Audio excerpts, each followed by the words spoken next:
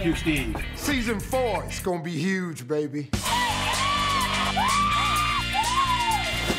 The living legend, Martha Stewart. We are going to make some memories up in this bitch. And this is the season of surprises, and you will not believe what I got up my sleeve. Anybody interested in going to the south of France? LA. Big Easy, New Orleans. Well, let's see who's going. Will you marry me? Yes. We're setting you up to walk down the aisle right now. Somebody is going to be getting a brand new car. This is gonna be our best season ever. You just watch and see. It's crazy. Oh! There you go, check it out. Did y'all see me pee on myself a little bit? Yeah, I like that right there. Nailed it.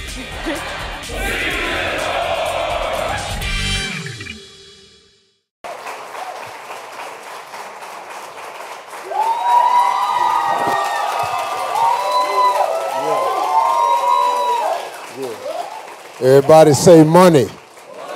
Thank you. Steve Harvey. You asked him if he has any extra? Somebody said you got any extra. Yeah, my wife got it. Yeah, she got it. That's good. Thanks for having me. All right, y'all calm down now, okay? We have the audience Q&A in like 20 minutes. Now, Steve, season 4 premiering next week, Tuesday. Yeah. What? I mean, it's a lot. I'm very fortunate to have the life I have, but my life began with imagination. That's what I tell all young people. Your imagination is very real.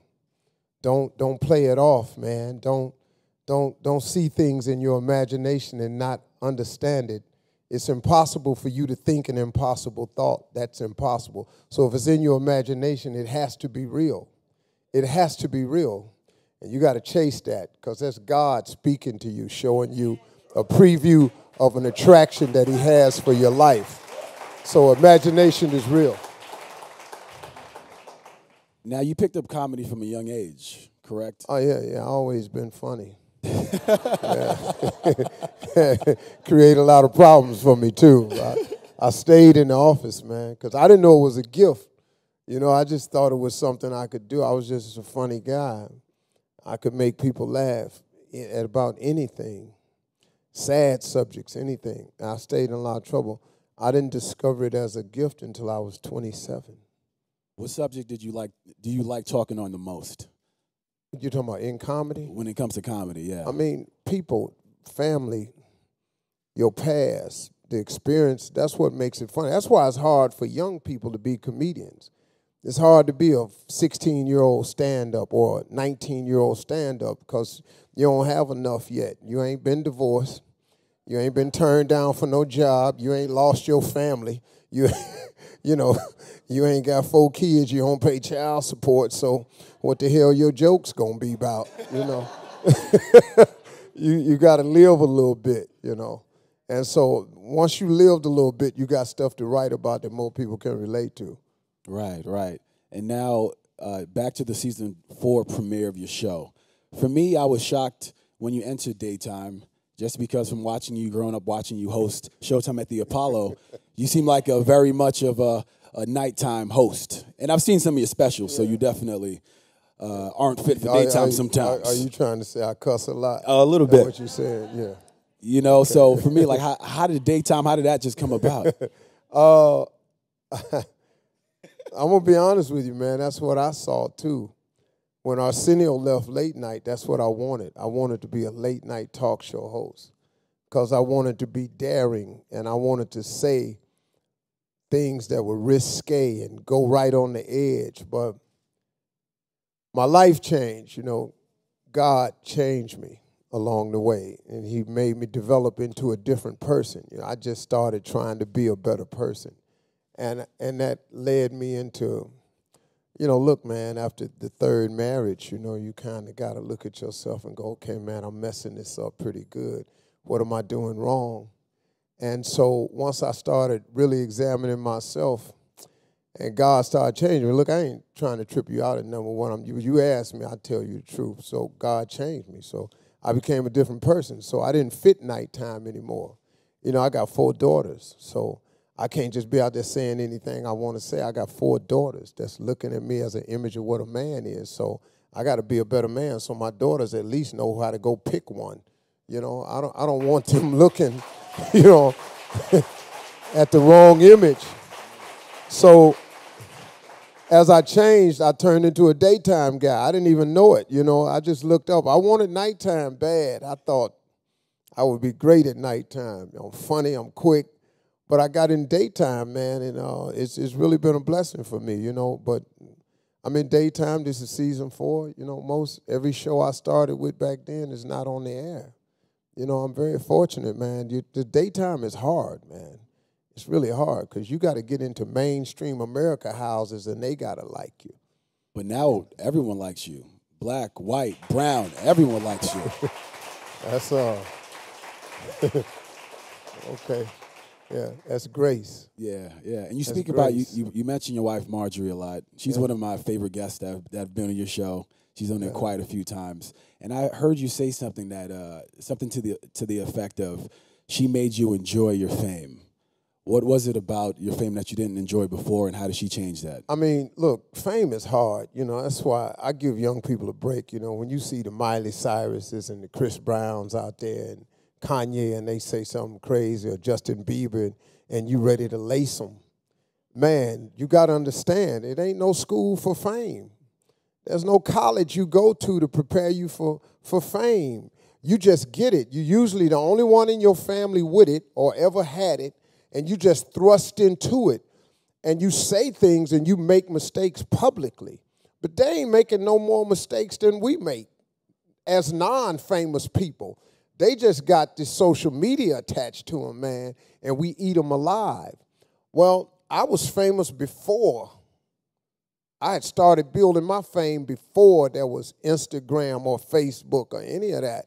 And man, I was in such a dark place in my life. I was so unhappy as a person, man. I couldn't enjoy my fame because I didn't want people to speak to me, because I was trying to just stay in myself so I could deal with my marriage that I was in, so I could figure out my life, man. I just tried to keep my head down.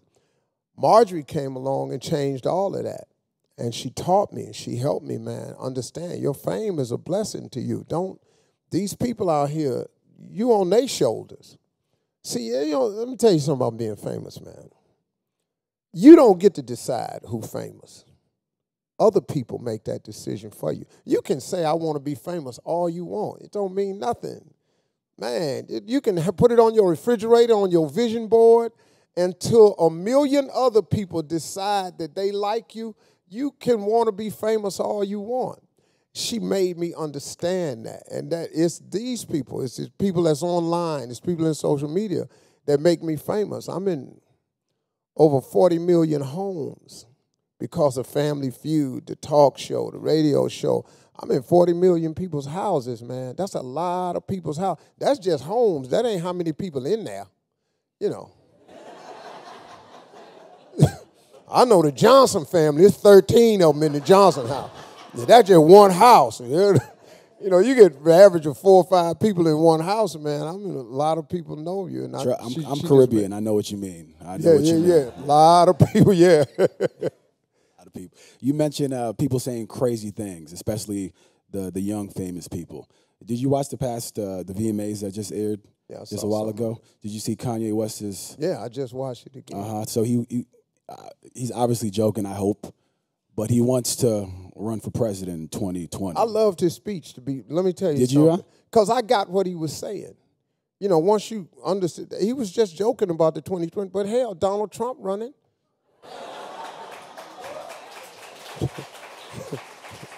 Look, man, when in this country are we not going to do background checks for the president of the United States? This dude been married more times than me. and he been a billionaire. And you know how many women that is? Come on, man. Where these chicks at?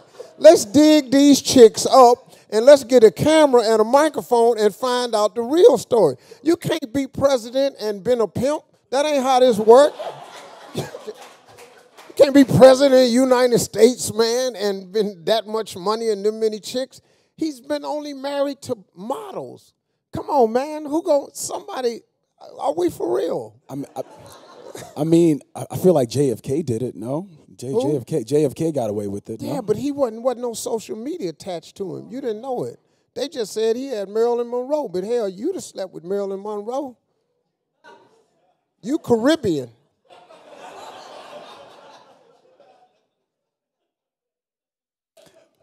With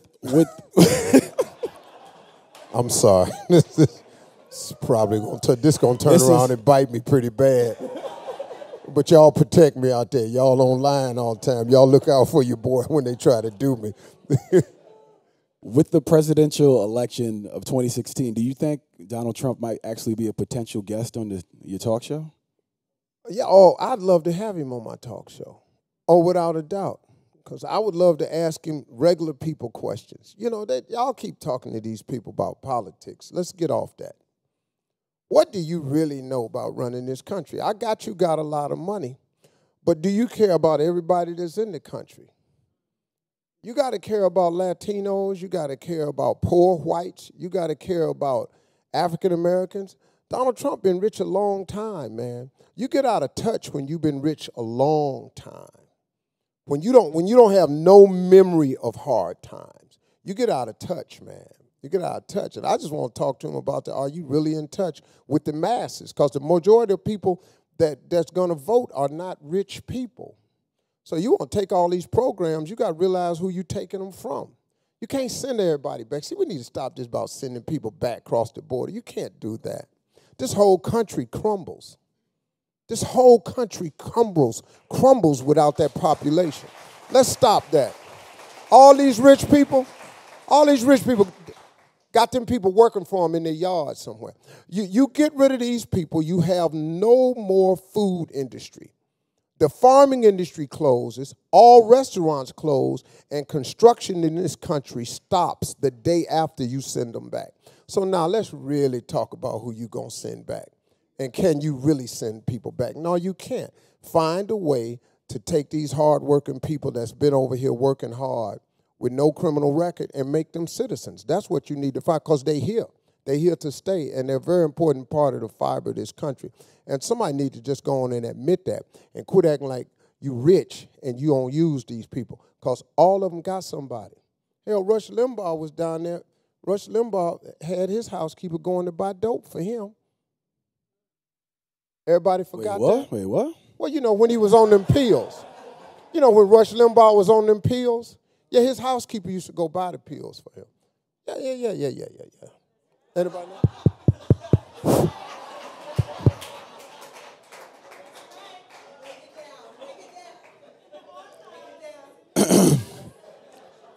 Still want to come on my show?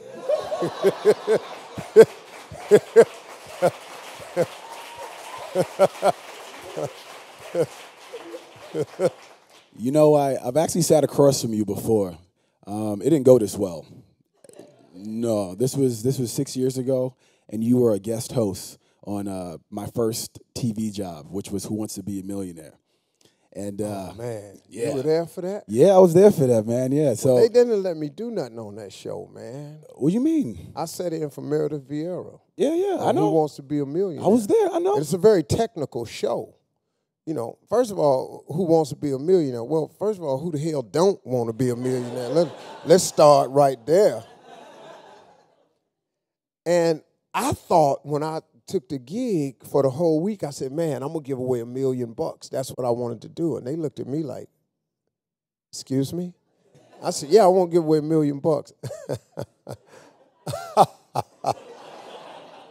And seriously, man, you get 15,000, 25,000, they want you to go home. You don't, you know, they ask the questions. You can get the $1 million, but that's not the show is Who Wants to Be a Millionaire.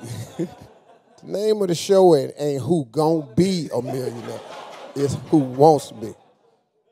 I didn't know you were there. What were you doing on that show? Well, since they brought you in, they said, Kevin, we want you to go and train Mr. Harvey. Obviously, I had to make a big impression. So I came, and I was across from you, and I had to, sit down and go through the questions with you. This is before everything started. Oh, yeah. Oh, hell yeah. They brought the black dude in. Yeah. Oh, to read to the other black dude. And you discovered how many big words I didn't know that day, did you? See, they put a bug in your ear, an IBF in your ear. So when you get to it, so they read the questions before, because some of the questions are very difficult. And they get to words you can't pronounce, they find out while you're rehearsing. So in your ear, when you get to that word, somebody says the word in your ear for you. That way you can pronounce it. We was in there all damn day, because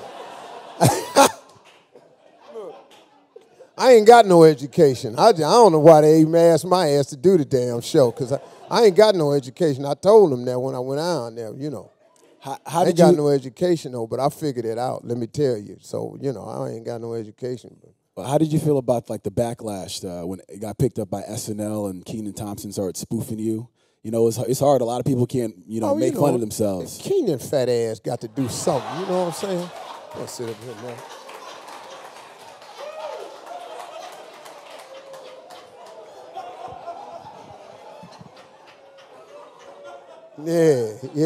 Yeah, let Kenan see that. Spoofing me like you ain't got nothing else to do. First of all, to get spoofed, you got to be famous. So let's just wear that, Kenan. See, Kenan ain't telling the whole story. Kenan and Kale, when they was little boys, they was on Disney.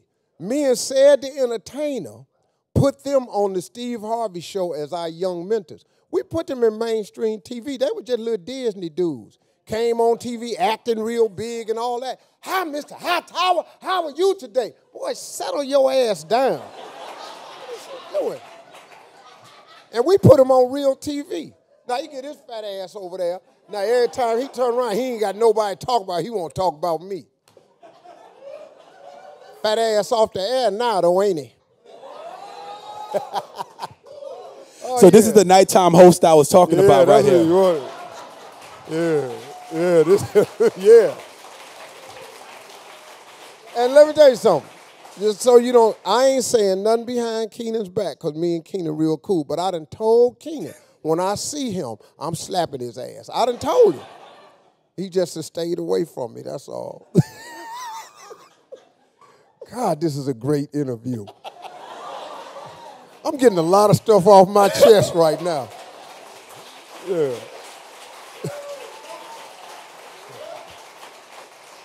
You know what, man? Yeah. This would actually, me and you should co-host an online show. Because it's all going to digital platform now. I'm already preparing for it. I mean, we're streaming right now. We're streaming live. Millions of people are watching us. Billions of people. That's why I'm fire right now. Yeah. See, I'm letting them have it. Because see if they let me go at NBC, I come right on over here to AOL. We will welcome you. AOL, we will welcome you. Well, I don't know if you know, but we do have AOL original programming that's pretty popping. We got Mike Epps in here hosting That's Racist. So they like black comedians, just in case you didn't know. Well, I don't care if they like black comedians or not. I just want them to like me. I don't give a damn. I don't give a damn. You can figure the color thing out on your own time. I ain't worrying about that. I just want to go in as Steve Harvey. That's the one thing that I've learned how to do. That I've crossed all barriers. Gender, race, religion. It doesn't matter. Comedy doesn't have a lane that it stays in. God has blessed me enough to give me this gift to be able to make people laugh. And I can say very sharp, pointed things in a humorous way to allow people to laugh at some serious subjects. And that has put me in a lot of people's home, thus the success of Family Feud, which is like a huge success right now, and then Celebrity Family Feud. Family Feud's not in black people's houses. Family Feud in everybody's house. You know, these families aren't just black families. These are everybody's family. And I have the wherewithal and the gift, a God-given gift, that I can walk to either side, no matter what faith, race they belong to, sexual preference don't make me no difference. And I walk and I have a good time with everybody. And I know how to make everybody laugh. And I can relate to the relatable person because, I see, people look at me now, they see all this success, but people don't see the third marriage. People don't see I lost everything I owned twice in my life. I lost it all again in 2005. People don't see that I flunked out of college. People don't see me when I was homeless and I lived in a car for 3 years. They don't see that part. All they get to see is this, the suits and all of it. You see that. But God in the forgiving business, man. And I don't care what you've done and how many situations you done got in or how deep of a hole you done fell in, God is in the forgiving business. And if he done forgave me the thousands of times that I've asked him to and turned around and allowed me to get to this position in life, then I offer my life as inspiration to any young person or any person out there that's going through a hardship right now. So what, you live in a shelter. I lived in my car. What we talking about? And I lived in there for 3 years. I still made it. But see, what people don't understand about, and just probably, I'm kind of going in and out a little bit here, but here's the deal. You got to understand, man, that God is in your future. He's in that imagination I was telling you about. He ain't in your current paycheck or your current situation. He up here waiting on you to get to the imagination side of life. The imagination side of life is the life he really got for you. This that you're doing right now, this is just temporary. That's why you got to believe in that imagination, man, because if you believe in that imagination, that's where God is. So Albert Einstein said, imagination is everything. It's the preview to life's coming attractions. That's what that is, man. Your imagination is a preview to life's coming attraction. It's where you going. Don't worry about this today that you tripping. You ain't got it together. You flunked out of school. You don't have the money for the business. You tripping on the wrong thing. You got to get in that imagination, man, where God is. That's the life he got for you. He going to give you what you imagine. The moment you believe that your imagination is real, that's the life he gives to you. Don't sit there and let nobody fool you, man, that you got to go here to make it or you got to have this to make it. Look, education is important, and you should get one if that's what it takes for you to make it in the field you're going in. But if you don't, you still can make it. I'm living proof. I ain't got no education. I ain't got nothing. But I got imagination, and I got a faith in God that's undying, and can't nobody take that from me. So when the haters come, and they come with all that funky mess, I got faith. I got faith, man, and my faith done got me here. I'm telling you it got me here. Ain't no other way you can explain me, man. I was living in a car. Dog, I was living in a car for 3 years. How I get here? I'm talking to you. Look at you. You got on mint green pants, pimp. You from the Caribbean. Look at you. You never saw yourself here. Look at you. Nice teeth, haircut, pretty. Look, tight-ass jacket, all this nice. He nice with it. Got a body on him, shape, stay in the gym. He nice with it. Yeah, all right. There she go, Kevin Kev. Yeah, she gonna eat you up. She said, she looked at you, she said, Kevin Kev. I'm afraid of you. You better stop. That's Venus right there. You better use. But now, so Steve, thank you for that monologue. Thank you very much. I wanted to know, you're a praying man. You pray every day. Yeah. Right? Yeah. So this past 2 weeks, I've been watching a lot of Family Feud. Been watching a lot of clips. There's been questions like, name something you put in your mouth but don't swallow. We asked 100 men to name a part of their body that's bigger than it was when they were 16. And then I just think to myself, what is this Christian man, Steve Harvey, doing hosting this show, Family Feud? That ain't got nothing to do with my faith. I ain't know about that, man. You know, I talk to God after the show over, you know. Just while the show going on, I carry these checks down to the bank. I work it out with the Lord later on. But see, see, that's the other thing too, man. Look here, man. I'm not signing up for no faith where I got to give up my sense of humor to be a member of it. I'm not signing up for that. I'm not going to be a Christian, a Catholic, a Muslim, or nothing else if I can't have a good time and laugh. Laughter for me, man, has been like medicine. It's so, man, when you laugh, you release endorphins in your body. You feel better. I'm in the laugh business.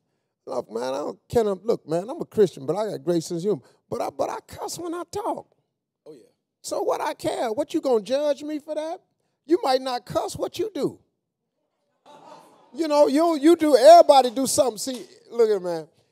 Okay, look. If there's none perfect, no, not one. And ain't nobody gonna get to heaven with a score of 100. See, ain't no perfect, so ain't nobody getting in that's got 100. All I'm banking on is I'm going in with a strong 72.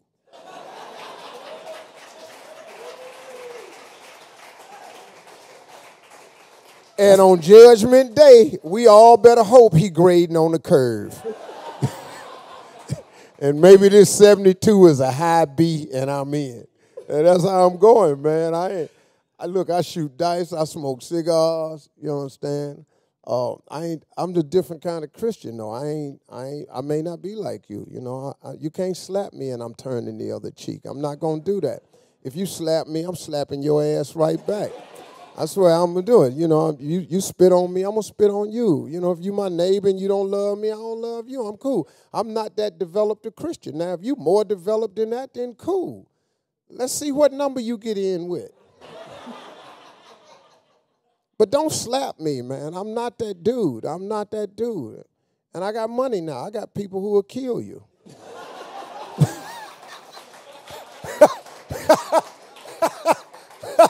God, I always wanted to say that out loud.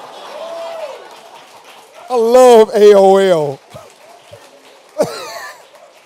Did 1 billion people hear that? That's so cool. Oh, man, where do we go with that from the conversation?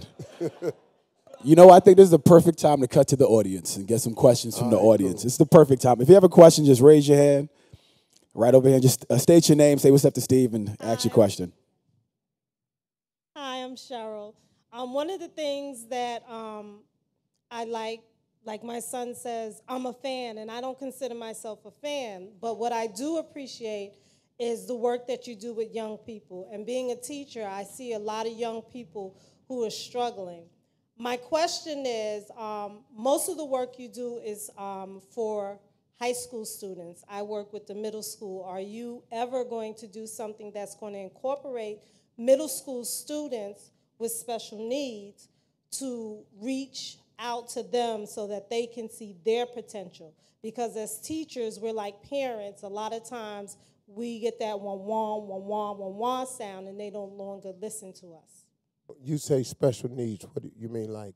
Like cognitive disabilities, children who have behavioral problems, who take a little bit longer to finish that state test than the average child would take. Well, see, I do boys from 13 to 18. My wife does a girls program 13 to 18. I'm not qualified for special needs kids. You know, so it would be unfair for me to take your child, and I don't have the educational background for that, you know. Now, we got boys out there that takes longer to do what we say we're going to do, but I'm a proponent of whipping your ass, so. And the program you're talking about. Probably shouldn't have said that. Yeah, huh? I don't. It's all right. Late night. We getting there. Probably ain't going to be able to edit that out, huh? Yeah, It's live. Yeah, it's live. Yeah. I don't think it wasn't that bad, right? It was. Yeah, it wasn't that bad. When you spoke about the program, some kids need it. That man is scaring me, though. Okay, thank you, sir. Yes, some of them need it, yeah. But the program you're speaking of is the Steve Harvey mentoring program for young men, correct? Yes. And you guys want to send, I believe the goal is 10,000 kids you want to send to school? My wife and I, our goal is to send 10,000 kids to college, full-paid scholarships. No. That's the goal. I mean, we know him as a funny man, but you got to see this other side of him. Just when he came into the green room, he was very serious. He was very much saying, "Go get yours." What was that? You said the hustle isn't free. The dream is absolutely free. The hustle is sold separately. Mm-hmm. That's the motto of it. You know, people, I got to tell you, man, God is in the make your dream come true business. The dream is free, not a hustle. A little bit different. It's sold separately. People ask me all the time, oh, why do you have so many jobs? When does your day start? My day starts at 4:30 every morning. My day ends at 9:30 every day, 8 sometimes. I got a full-time radio show, 7.5 million homes, 4 hours a day. I leave there for 34 weeks out the year. I live in Chicago, and in 34 weeks, I tape 185 talk shows.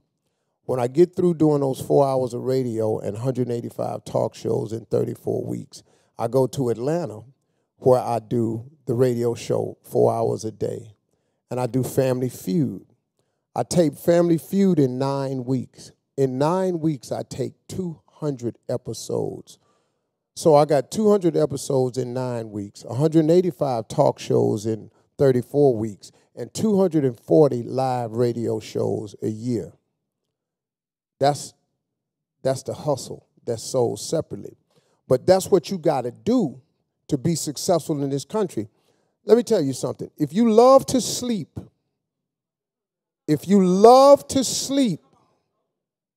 you cannot be rich in this country. You can have a job. You can have a good life. You can be happy. You can, if that's your level of success, and you can do it. There's nothing wrong with that, man. Please, I'm not knocking that at all. But if you have any aspiration of being rich on this earth, you cannot love to sleep. If you sleep 8 hours a day, you ain't gonna make it. Not if you're not there already. Once you get there, you can sleep for 8 hours. But if you ain't there, 8 hours of sleep is a third of your life. You cannot be asleep a third of your life. The Bible says, if you love to sleep and the folding of hands, poverty will set upon you like a thief in the night. So now let me ask you a question. How many of you in here know somebody, anybody that loves to sleep? You know somebody loves to sleep. Now let me ask you a question. Ain't they poor?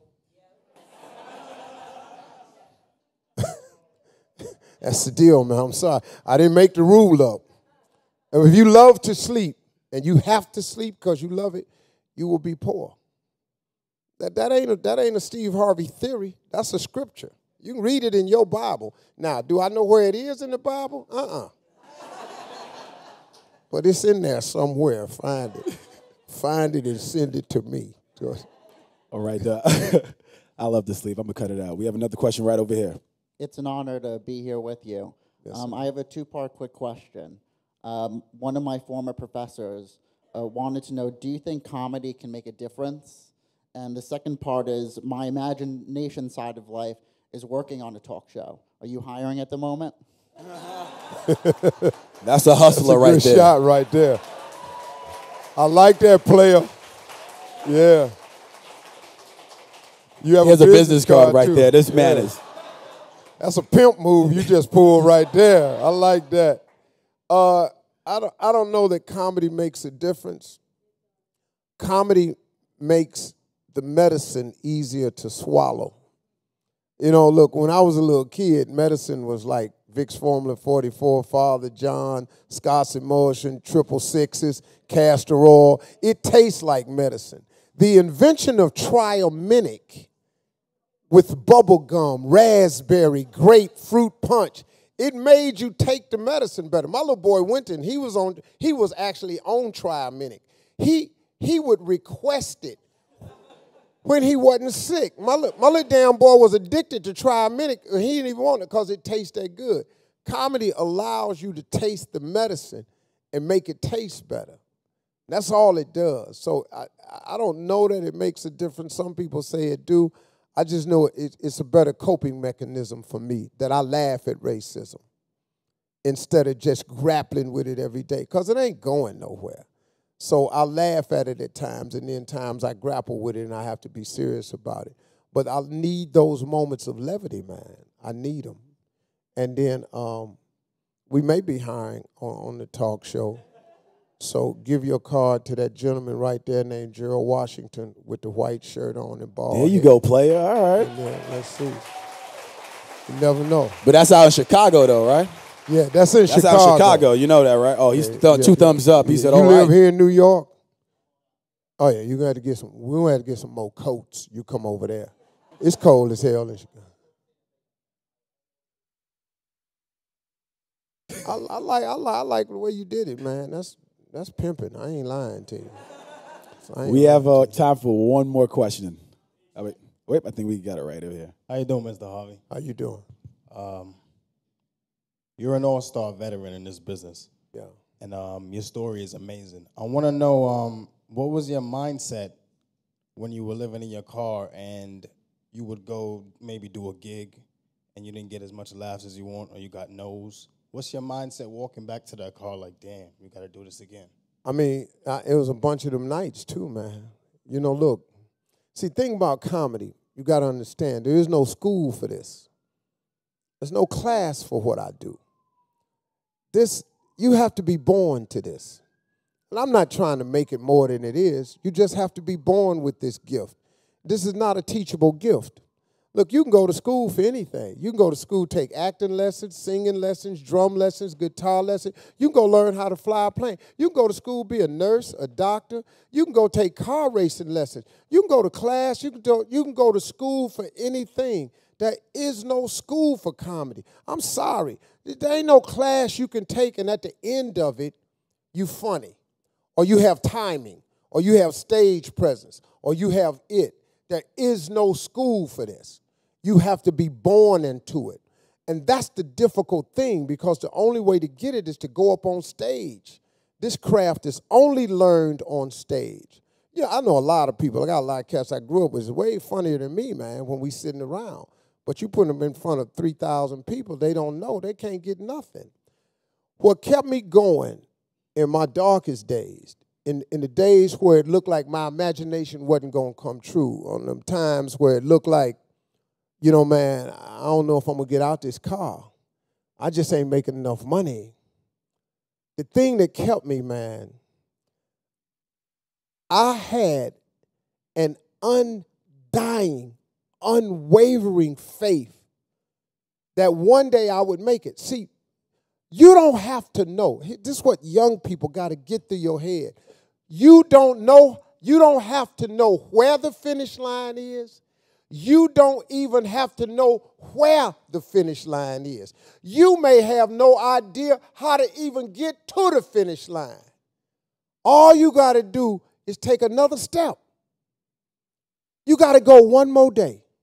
See, my motto is I can do one more anything. I can do one more anything. I don't care what it is, man. I can do one more. I can do one more day. I can just go try one more show. I can last one more week. I can do this for one more month. I can make it one more year. I break everything down to its smallest, least common denominator. And I had an unwavering faith that I could just make it to tomorrow. See, the reason people can't become millionaires, you got time for this? Listen to me.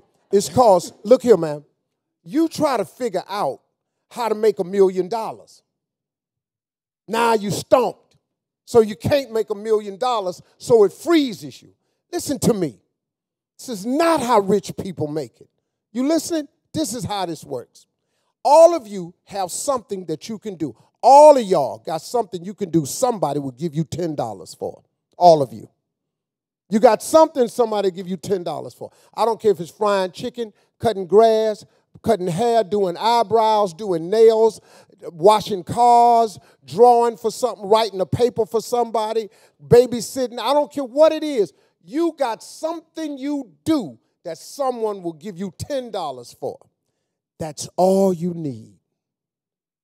Remember this, inch by inch, anything's a cinch. Here you go. You go make $10. You take that $10, you multiply that effort by 10. See, when I first started telling jokes, I got $25 a night. But you go multiply your $10 effort by 10, guess what? You got $100. Now, once you make $100, what you got to do is you got to multiply that effort by 10. Do the same thing you did to make the 10 that turned it into 100. When you get to $100, do it 10 times, you'll have $1,000. It's the same $10 idea. Quit trying to think of the $1 million idea and sitting there frozen until you come up with it. That's why you'll never become a millionaire, because you keep trying to think of the $1 million idea. You just need a $10 idea, player, and then you need to do that 10 times. Once you make $1,000, duplicate that effort by 10, you have $10,000. Okay, now here's the trick. Once you're making $10,000, it gets a little bit more difficult, so here's what you have to do. You may have to incorporate some help, but guess what? You get you some help, you get some like-minded people, or somebody that just want to make 100, and you pay them 100, that'll duplicate your effort and turn that $10,000 into $100,000. You're only doing multiples of 10. Once you have $100,000, I have a surprise for you. All you have to do now is replicate, duplicate, and multiply that $10 effort 10 more times the effort of 100,000. Young people, my friends, welcome to the club. You now have $1 million. That's how it's done. That's how it's done. And let me tell you something. Don't you let nobody fool you. Don't you let nobody fool you and try to make you think it's more to it than that, because it ain't. See, they sit up in here, they take you to church, they take you to college, and they tell you everything except how to get rich. But they don't tell you that because the majority of people there don't know. I have figured this out through a lot of failure, but I had a lot of God too. And let me tell you something. I figured it out to where I can teach it and simplify it. It's a $10 deal, man. Take your $10 effort. Take your $10 gift and do it in multiples of 10. You'll be rich. But most people never become rich. You ever heard this scripture before? You have not because you ask not. You ever heard that? Most people ain't rich because they ain't never asked to be rich. I ask all the time. See, I like, let me tell you something. See, people, hey man, look. See, I've been poor before. Let me tell you something. It's way better to have money. I don't care who, look, people talking about, money is the root of all evil.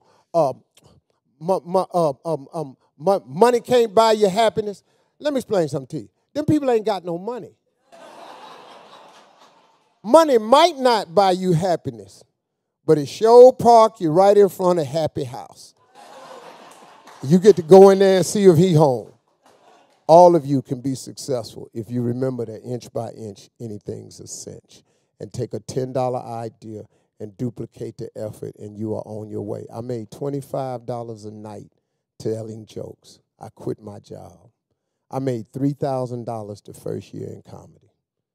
$3,000, and I quit my job. Today, this empire or brand that you see, that Steve Harvey today, it all was from a $25 joke. I tell the same jokes. These the same jokes. But it costs you a whole lot more than $25 to hear them jokes. They the same damn $25 jokes, man. Steve Harvey, everyone. Steve Harvey.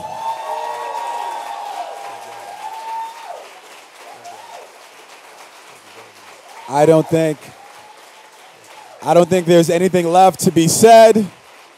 I want to thank you, audience, for being amazing. Thank you to the multimedia living legend himself, Steve Harvey. I'm Kevin Thompson, a.k.a. Mr. Movie Phone. Check out the Steve Harvey Show next week, Tuesday, September 8th, NBC. Take care, everyone. Take care.